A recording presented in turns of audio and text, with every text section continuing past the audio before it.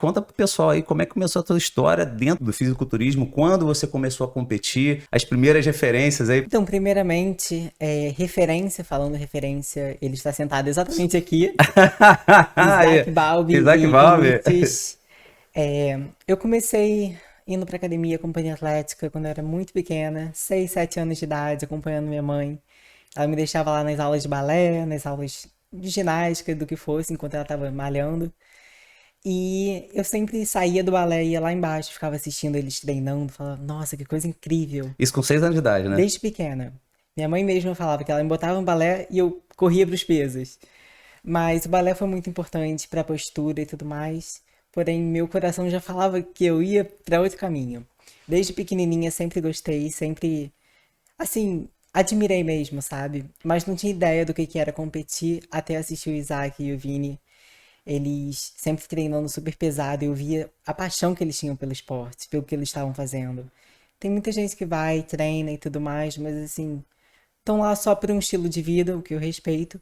Mas olhando o Vini e o Isaac, eu sabia que era uma coisa assim, diferente. Eles estavam lá por um propósito maior. E aí, a minha primeira competição que eu assisti foi o Vini no palco. O Isaac falou: Vambora, vai ser aqui, aqui tá o endereço. Pega um metrô, um ônibus, chega lá, você vai Foi no gostar. Tijuca? No Tijuca, foi. E aí eu não tinha ideia. Não sabia nem como é que era, assim, subir no palco, ou qual era. Não sabia que tinham várias categorias, não sabia nada. Só sabia que eu queria ir, queria apoiar, queria ver como é que era. Aí eu cheguei lá, eu lembro de ver o Vini com a boca toda seca. Assim, com um rosto, aquele rosto de caveira mesmo, né? Aí eu ficava olhando assim, o que que tá acontecendo? Por que que sua boca tá assim? Aí ele, eu falo depois, não posso falar agora. Por quê? Não tenho saliva pra isso. E eu olhava assim, como assim? Não pode beber água? Ele falou, não, porque eu era muito mais nova, né? Não entendia.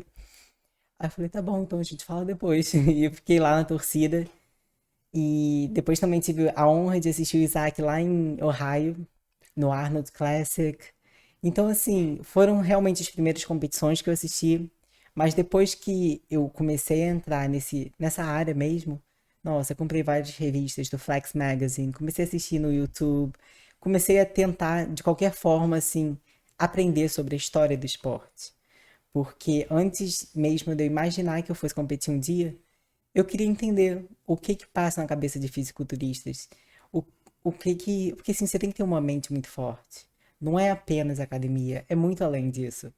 Então eu sempre fiquei fascinada com o poder da mente, com a força de vontade que eles têm, porque você tem que ser, nossa, você tem que se blindar contra o mundo para fazer o que eles fazem. Então assim, quando eu comecei a entender e comecei a treinar com um objetivo maior, eu falei, também quero mudar meu corpo, também quero ter um estilo de vida diferente. E aí eu comecei a me dedicar assim só por mim mesmo, não pensando em palco ainda, mas pensando em mudar o corpo e me sentir bem. Mas, assim, uma coisa foi levando a outra, eu fui ficando, assim, extremamente dedicada. As pessoas achavam que eu tava doente.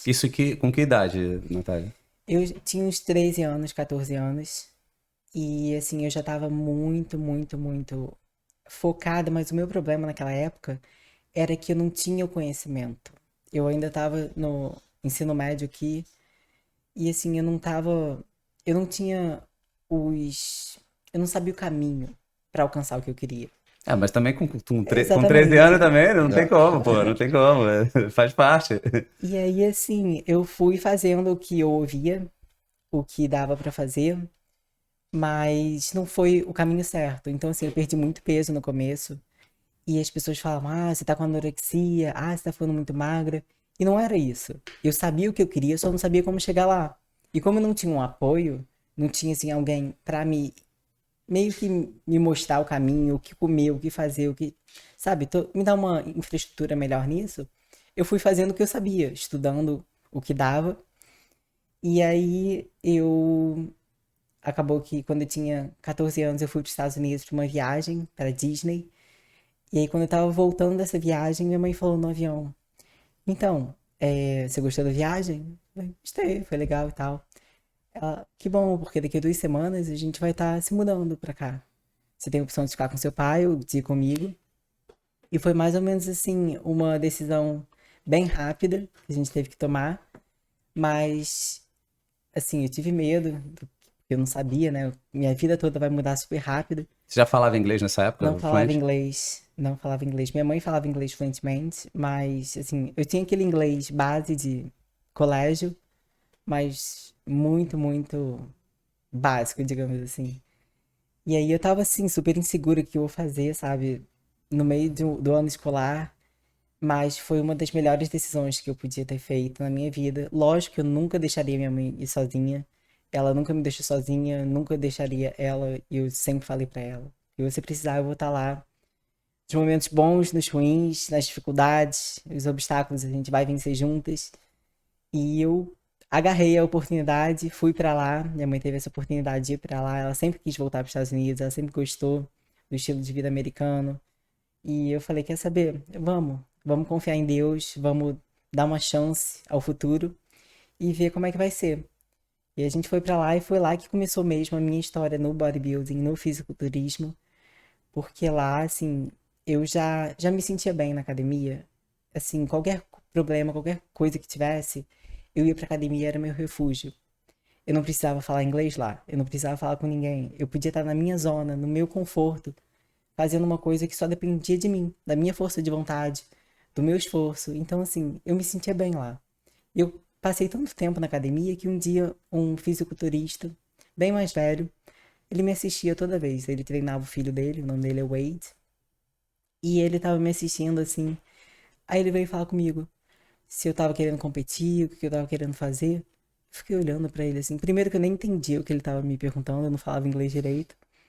E eu só falava, yes, ok, yes. Tudo que eles perguntavam era yes. E aí um dia minha mãe foi pra academia comigo e ela traduziu, me ajudou a me comunicar com ele.